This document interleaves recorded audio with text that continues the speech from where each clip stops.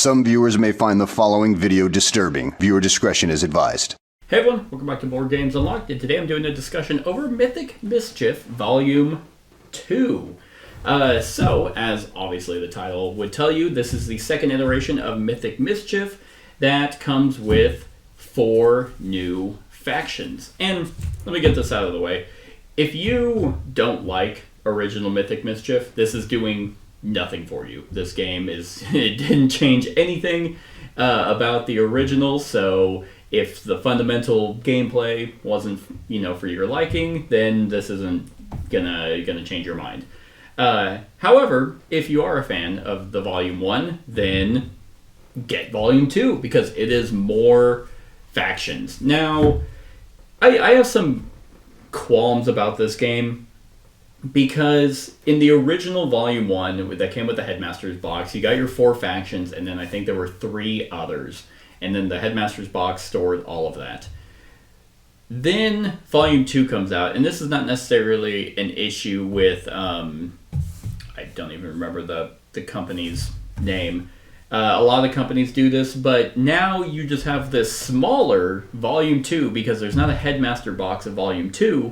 So you have a smaller box that doesn't fit into the base game as is. This is not counting taking inserts out or 3D printing or anything like that.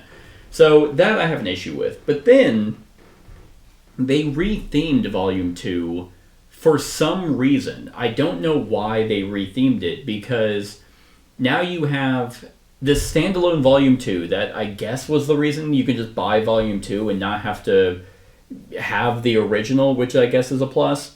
But for people who own Volume 1, you have an extra board, and then you have an extra, there's no walls, because now in the original it was in a library, which made more thematic sense, I think, to me, with tombs and, the Tomb Keeper and in the forbidden section and all that. But now you're in some maze, and there's the groundskeeper. So, to me, as someone who owns everything for the first edition, I just have this extra shit. And all I really wanted was more factions, which I got. So it's not that big of a deal. Again, you could 3D print something. I'm sure someone already has it, or you could take the insert out and fit everything in the base box, and then you're golden. But that's just kind of like, well, that's not why I paid extra money to have to take all that shit out. All that being said, the other thing, because I have really nothing but other positives to say. The other thing is, I paid extra for pre-painted miniatures. That's probably the last time I'm doing that, because I get it. It's mass market, just mass-produced painting of miniatures. But these are bad. These are really bad painted minis. I guess I've always said that painted minis are always going to be better than unpainted. And they have proven me wrong. Not that these by themselves are horrible, except when you have artwork for the characters that are clearly defined on their faction board, and the miniatures that are painted look nothing like it. The fairies, for example, have blue, like one character has blue hair, another one has blonde hair, another one has black hair, and they have blue all over them. The miniatures, they all have red hair. The clothing doesn't even match. And I understand it's painted minis. What am I bitching about? Well, I paid extra for painted minis. So when I get a job that makes me look at it and be like, I wish they were unpainted, because then I could paint them or get them painted to look like they do on their character board.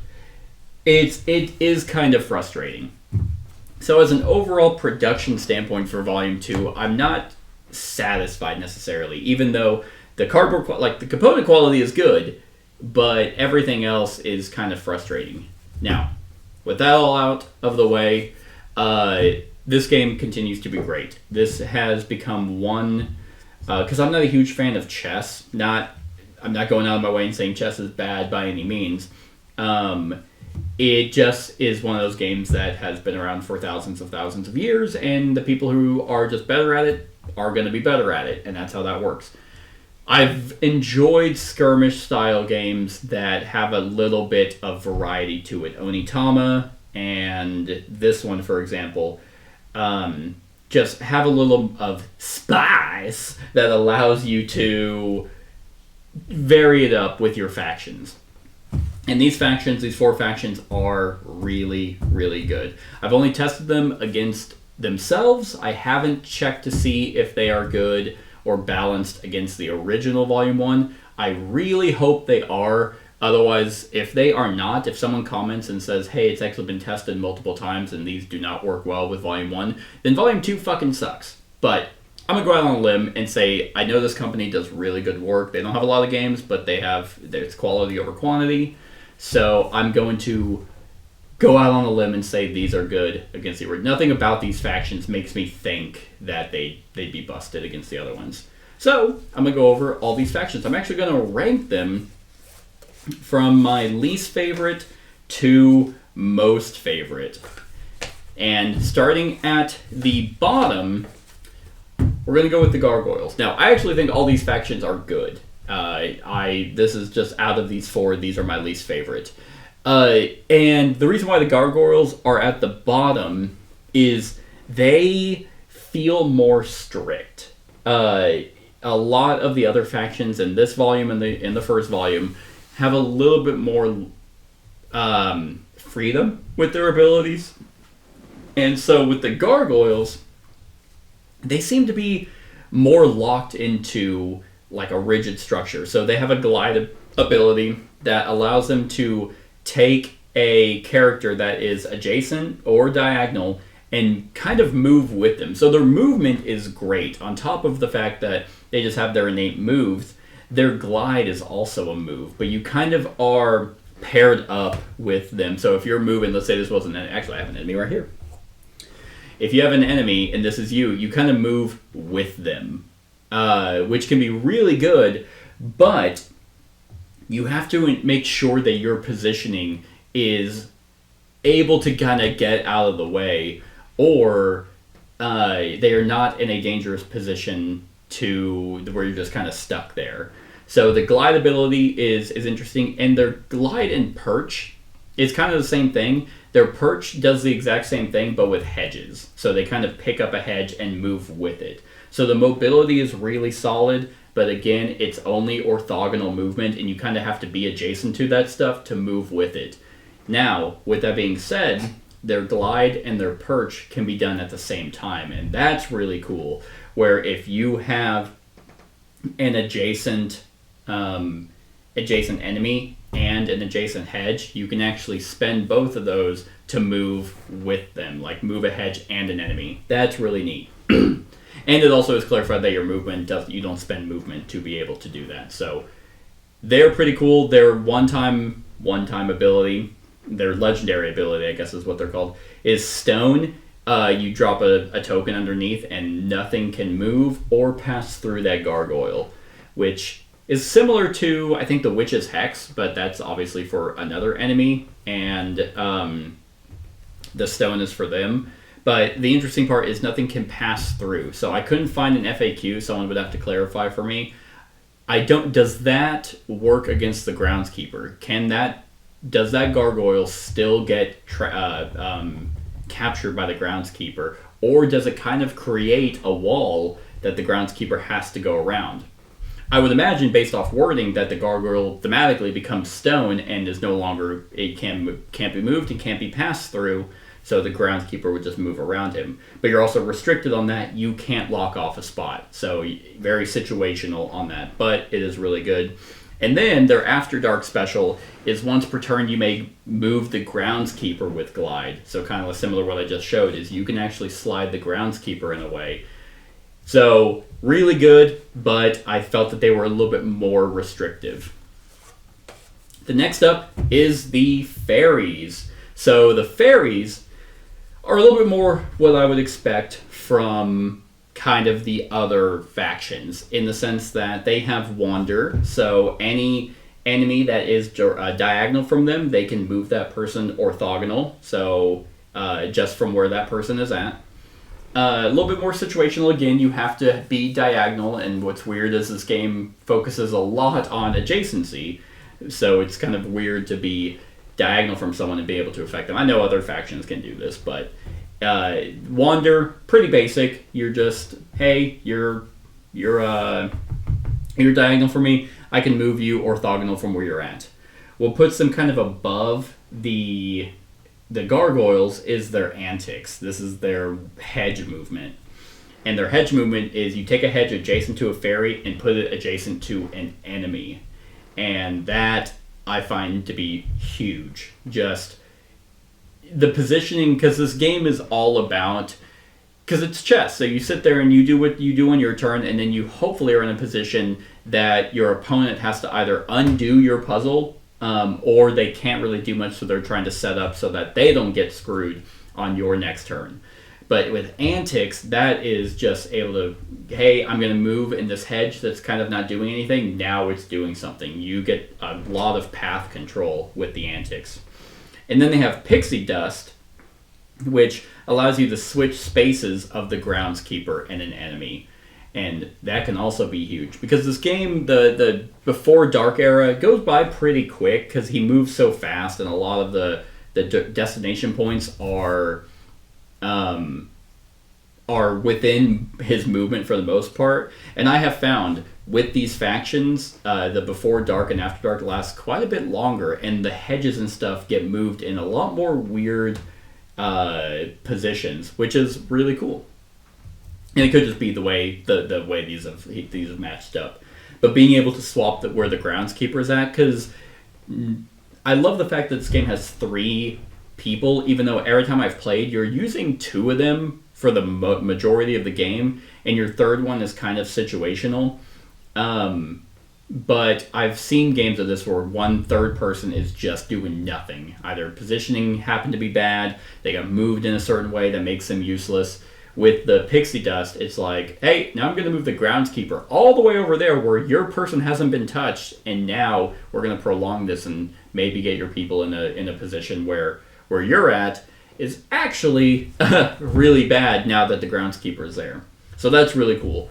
And then their fairy ring, I think, is huge. They put a ring on an enemy, and on the following turns, the fairy player can move that particular person 2 spaces. And that's just, I mean, being able to completely control what another person is doing, moving them, is just insane. So that's the fairies. Third up is the werewolves. The werewolves are just destructive and super, super fun. They are most similar to the trolls, I think. I'd have to specifically grab the trolls to look at all of their abilities, but I remember the trolls being able to throw people, and they can kind of do a similar thing. So they have fling. Their fling is an adjacent enemy or adjacent mythic, can be moved 2 spaces to the left, right, or directly away from that person, which can be huge. Being able to, again, move people more than 1 space can be insane in this game. So that's Fling, which Fling becomes a little bit more powerful with another ability. Then they have Heave. And this was also really cool because your Heave let you take an adjacent hedge and move it as far as it can go without, sectioning off a certain area or being put on the edge of the board. So, like, you just grab a whole hedge thing and shove it as far, and that could be huge. That can go all the way across the board. A lot of hedge and cluster disruptment is what the werewolf's all about.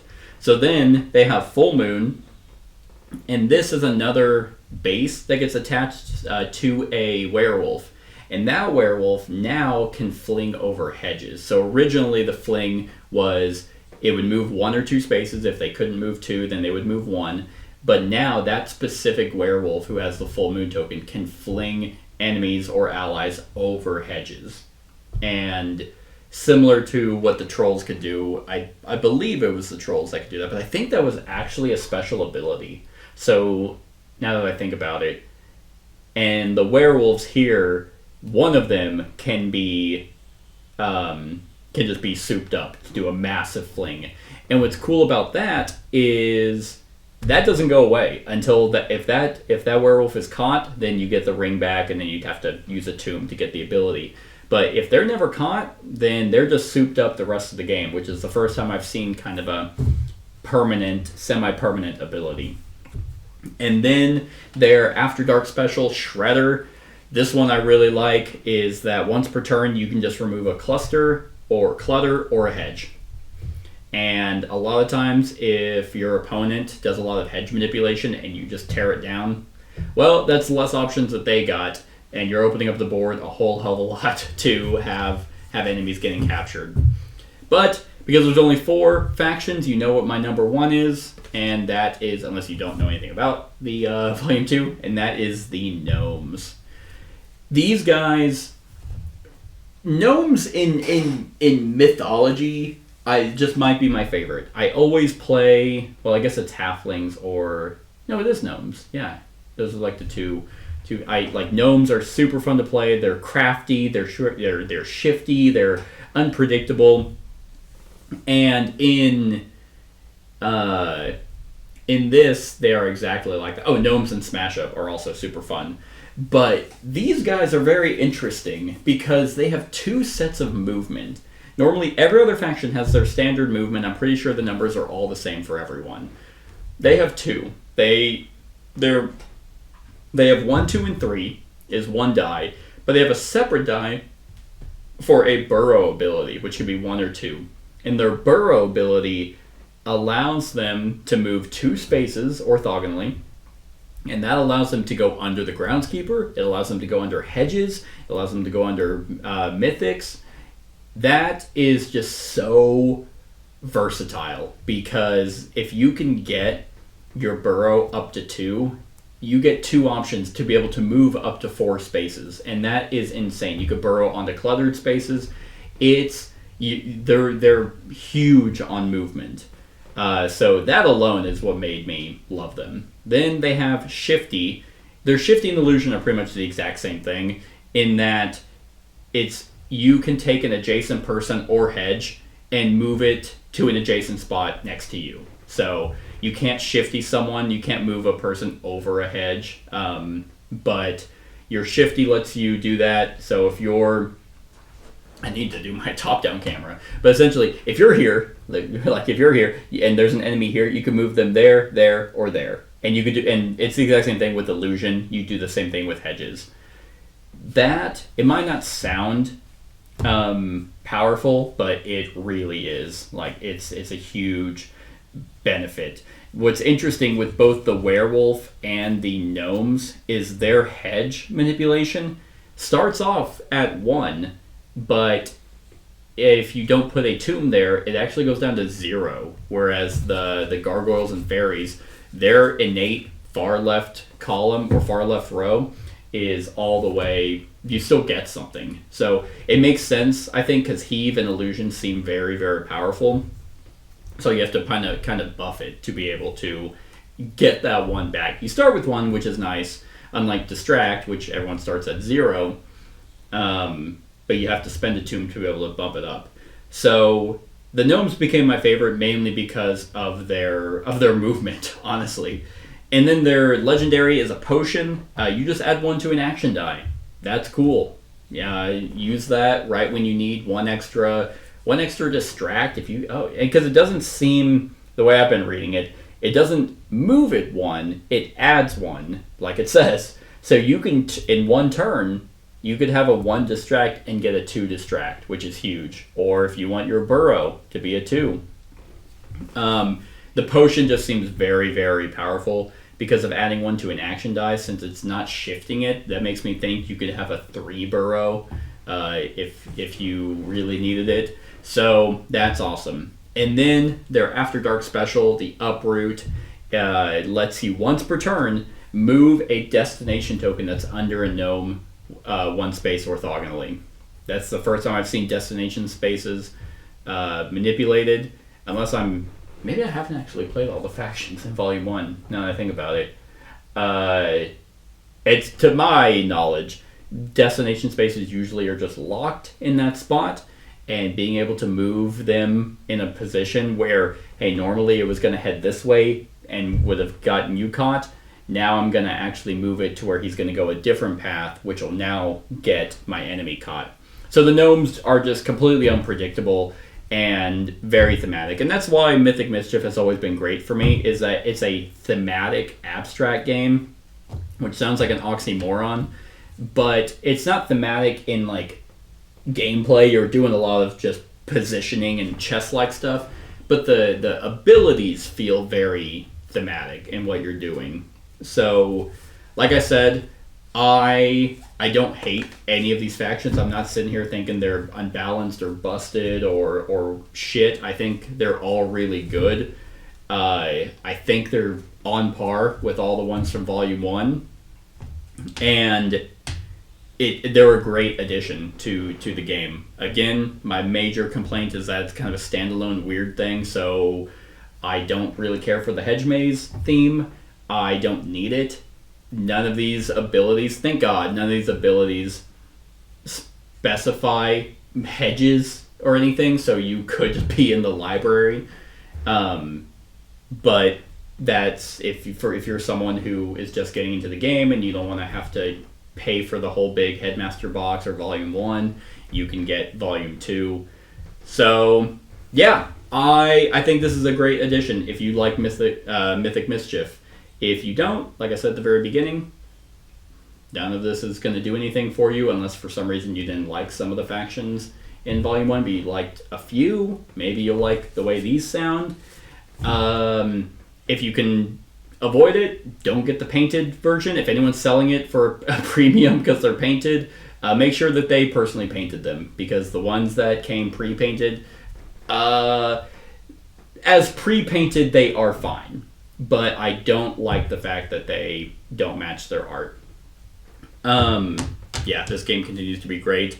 I really hope, again, that they do more, because this game will just continue to sing with more factions. And if they're going this route, I don't think they need to go a Headmaster box. I think they could go kind of like what they did with Moonrakers, where they had like a Titan edition. I'm not saying, massive big box, but I think a 3-volume edition with a big box to store all of it, I think that would be good, because right now you have, I think that would be 15 total factions if it's 4, and then let's say Volume 3 was 4, and then the expansion, I think there were 3, like with the expansions. I think that would bring it up to 15 total factions, and that would be a solid number to fit all in one big Mythic Mischief box.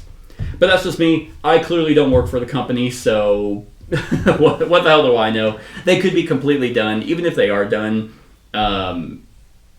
10, 11 factions. I think there were three editions in the Headmaster box. That's still plenty, because just being able to take 2 different factions, or if you play tournament mode or blitz mode or team versus team, you're going to have a wacky different combination with any of these. So I'm happy for more factions, but I always want more. Give me more. So we'll see. We'll see what they do.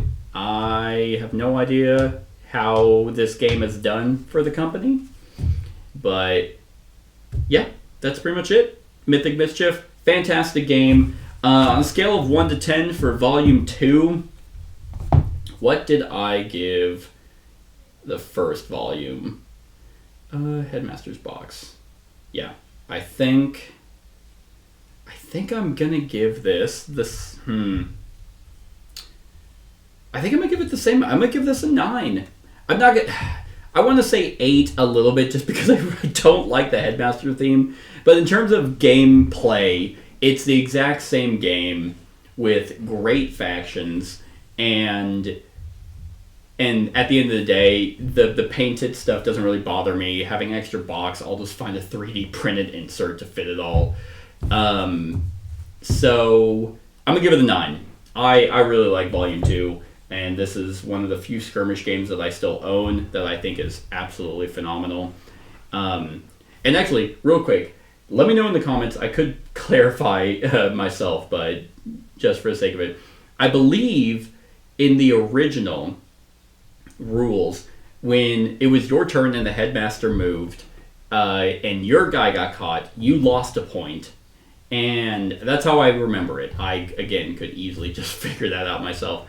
But if that is the case, then they changed it for this one, where if on your turn the headmaster catches your own faction, your opponent gains a point. And if that is a rules change, that is a way better rules change, because losing victory points in this game sucks because it's a race to 10. And if you misplay, then having your opponent get closer to 10 is way better than you being further from 10. So, but yeah, that's it, everyone. That's my thoughts on Mythic Mischief Volume 2. Let me know what you think of it in the comments below. Other than that, like, comment, share, and subscribe, and have a wonderful whatever time of day it is for you. Hey everyone, thank you for watching, and I really hope that you enjoyed the video. If you would like to see more of my content, go ahead and click that subscribe button and the bell to be notified whenever I upload any new content. If you feel like supporting the channel, you can go ahead and click that Patreon link to be taken to my Patreon, and any help is truly appreciated. Other than that, stick around for any other run-throughs or reviews or cool top 10s or whatever I feel like putting on. Other than that, like, comment, share, and subscribe, and have a wonderful whatever time of day it is for you.